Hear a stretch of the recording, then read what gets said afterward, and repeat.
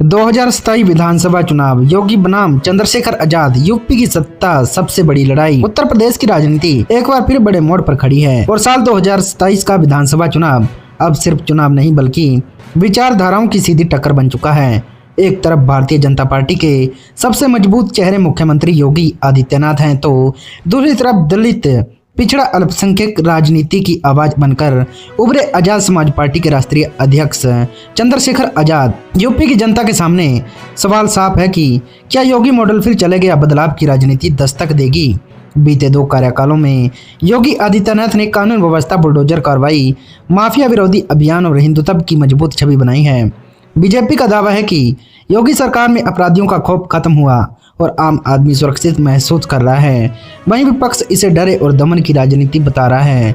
दूसरी तरफ चंद्रशेखर आजाद खुद को शोषित, वंचित और दबे कुचले समाज की आवाज बता रहे हैं। सहारनपुर से उठी उनकी राजनीति अब पूरे यूपी में फैलती दिख रही है। चंद्रशेखर आजाद लगातार योगी सरकार पर दलित उत्पीड़न, बेरोजगारी, महंगाई और शिक्षा व्यवस्था की विफलता का आरोप लगा रहे हैं। 2027 की तैयारी में चंद्रशेखर आजाद गांव-गांव संगठन खड़ा कर रहे हैं और युवाओं को जोड़ने की रणनीति पर काम कर रहे हैं। राजनीतिक विश्लेषकों की माने तो यह चुनाव सिर्फ बीजेपी बनाम विपक्ष नहीं बल्कि सत्ता बनाम सड़क की लड़ाई बन सकता है।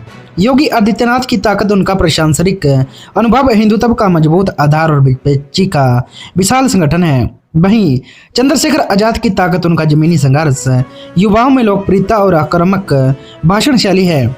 सवाल यह भी है कि क्या चंद्रशेखर आजाद बड़े दलों के साथ गठबंधन करेंगे या अकेले मैदान में उतरेंगे।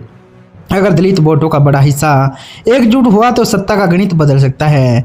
वहीं बीजेपी को भरोसा है कि प्रधानमंत्री मोदी की लोकप्रियता और योगी का चेहरा 2027 में भी जीत दिलाएगा। प्रदेश में बेरोजगारी, किसान आंदोलन, महंगाई और शिक्षा जैसे मुद्दे चुनाव में अहम भूमिका निभा सकते हैं।